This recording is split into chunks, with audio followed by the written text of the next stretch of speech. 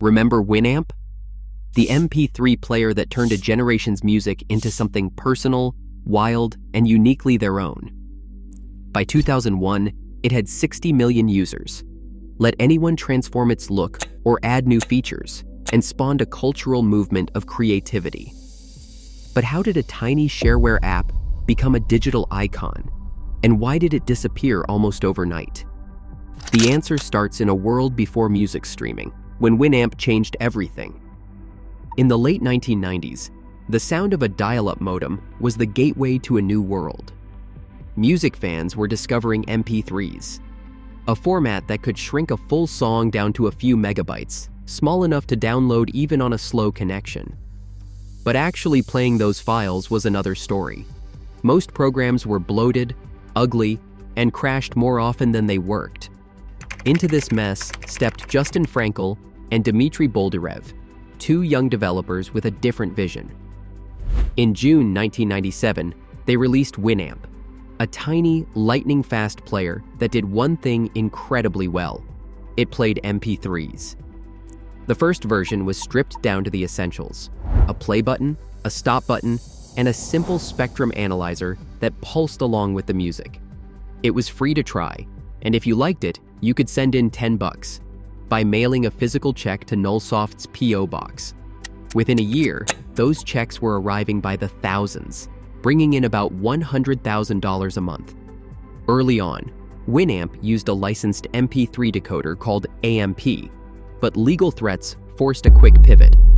The team scrambled to replace it with their own code, and later, a licensed Fraunhofer decoder. Through all this, Winamp stayed focused on speed and simplicity. It didn't try to manage your whole computer or force you into a new way of listening. It just worked, and it worked for everyone. That's how it quietly took over, one download at a time, and became the first MP3 player people actually loved to use. Winamp wasn't just a player, it became a playground. The secret was customization. Skins let anyone swap out the plain interface for something wild. Neon dials, cartoon mascots, even full recreations of spaceship cockpits. By the early 2000s, over 66,000 unique skins were floating around the internet, each one a digital badge of identity. Some were simple color swaps, others intricate works of digital art. Sites like 1001skins.com and customize.org turned into gathering spots where users traded designs, tips, and mashups. A new skin could rack up tens of thousands of downloads overnight. But the creativity didn't stop at looks. Hold on a minute. If you're enjoying what you see so far, I hope you'll consider subscribing. It helps me preserve the history of these untold tech stories. Now, let's continue.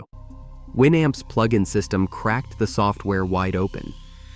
Third-party developers built input plugins for obscure audio formats, output plugins for everything from surround sound to early MP3 CD burners, and DSP plugins for custom effects. The real showstoppers, though, were the visualization plugins. These generated real-time graphics that pulsed, warped, and exploded in sync with the music. Milkdrop, a plugin created by visualization engineer Ryan Geis, became a legend in its own right. Its swirling, ever-changing patterns turned living rooms into dance floors and computer screens into hypnotic art shows. What started as a simple tool for playing MP3s had become a culture. People didn't just use Winamp, they made it their own, tweaking every detail, showing off their setups, and pushing the boundaries of what a music player could do. The community's energy was contagious, and Winamp's openness meant the possibilities felt endless. This wave of creativity would help propel Winamp from a clever app to a global phenomenon. By 2001, Winamp had become more than just a cult favorite. It was everywhere. Over 60 million people around the globe were using it to play their music, customize their players, and swap playlists with friends. On college campuses, in internet cafes, and in bedrooms from Sao Paulo to Seoul, Winamp was at the heart of a digital music revolution. The player's reach was staggering for the time. 1 in 3 Windows PCs ran Winamp, and new users poured in daily as MP3s spread through peer-to-peer networks like wildfire. Playlist culture took on a life of its own. People weren't just listening, they were curating, organizing, and sharing massive collections of songs with a few clicks. Drag-and-drop playlists made it possible to build the perfect mix for any mood or occasion, and soon, trading playlists became a kind of digital handshake among music fans. Skins and plugins weren't just features, they were badges of belonging, signaling your taste and creativity to anyone who stopped by your desktop. The player's iconic startup sound and quirky llama mascot became inside jokes for a generation raised on dial-up and discovery. For a brief, electric moment, Winamp wasn't just a piece of software. It was the soundtrack to the world's first truly digital music culture, and the numbers proved it. Millions of users, millions of skins, and a sense that anything was possible if you had the right playlist. In June 1999, Nullsoft's founders signed an $80 million deal with America Online.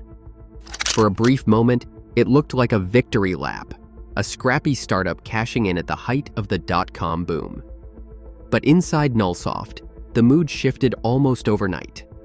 AOL's executives arrived with a playbook built for a different era. They saw Winamp not as a beloved tool, but as a golden pipeline for pushing AOL's own services and advertising. Suddenly, every new installation came bundled with toolbars, trial offers, and unwanted software. What used to take seconds now meant clicking past a maze of pop-ups and checkboxes. The player that once ran on any machine, no matter how old, started to feel heavier with every update. The real fracture came with Winamp 3. Backed by AOL's resources, the team attempted a full rewrite, betting on a new engine called Wasabi and a flashy, XML-based skin system. But the overhaul broke compatibility with thousands of plugins and skins that users had spent years collecting. The new version ate up system resources, crashed frequently, and stripped away the speed and simplicity that had defined Winamp from the beginning. Loyal fans revolted. Forums filled with complaints, and downloads of the old Winamp 2 shot back up. Under AOL's management, the player that once listened to its users now seemed deaf to them. The trust between creators and community was shattered, and Winamp's golden era was over almost as quickly as it began. The digital music world didn't stand still.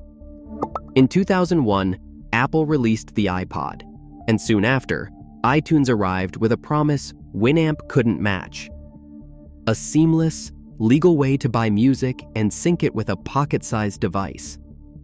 For millions, the wild days of folder chaos and custom skins gave way to the clean, closed world of Apple's ecosystem. As playlists moved to the cloud and streaming took over, Winamp's once revolutionary features started to feel like relics. AOL, now far removed from the player's original spirit, let updates trickle out with little urgency. By late 2013, the writing was on the wall. AOL posted a notice. Winamp would be shut down on December 20th. The announcement landed like a punch to the gut for longtime fans. But just as the deadline approached, a Belgian company called Radionomy swooped in and bought Winamp, saving it from total erasure. The player survived, but its future was uncertain, caught between fading nostalgia and the unstoppable march of new technology. In 2024, Winamp's new owners promised something fans had dreamed about for years: the release of the original source code. The announcement electrified the old community and drew headlines, hinting at a future where anyone could help restore and modernize the classic player. But when the code finally landed online in September, hope quickly turned to outrage. Instead of an open invitation to collaborate, the release came with a license that blocked developers from sharing their own versions or even distributing fixes. Anyone who contributed had to hand over all rights to their work, for free, to the company. The backlash was swift. Forums and tech sites lit up with criticism, and even Justin Frankel, Winamp's original creator, called the deal completely absurd. To make matters worse, the code dump included proprietary components from other companies and even server code for Shoutcast, a service Winamp no longer owned. Within weeks, the entire repository vanished. The episode left a bitter taste, raising new questions about who really controls the future of a digital icon built on community spirit. By 2001, Winamp had reached over 60 million users, making it a defining force in digital music's early years. The facts show that its success was built on speed, customization, and a thriving community, features that set it apart from every other player of its time. The AOL acquisition in 1999 marked a dramatic shift, introducing bloat and halting the innovation that once fueled Winamp's rise. Despite efforts to revive the brand, including the controversial 2024 source code release, questions remain about whether the original spirit of community-led development can return. The details of future plans for Winamp's codebase and user involvement are still unclear. What is certain is Winamp's legacy. It transformed how people organized, played, and experienced music on their computers. The evidence is in the numbers, the creativity of its users, and the lasting recognition of its name. That impact remains, even as the digital music landscape keeps changing. Thank you for watching. I'd be genuinely interested in hearing your opinion on this in the comments. If you want to see more videos like this, please make sure to subscribe. There's much more to come.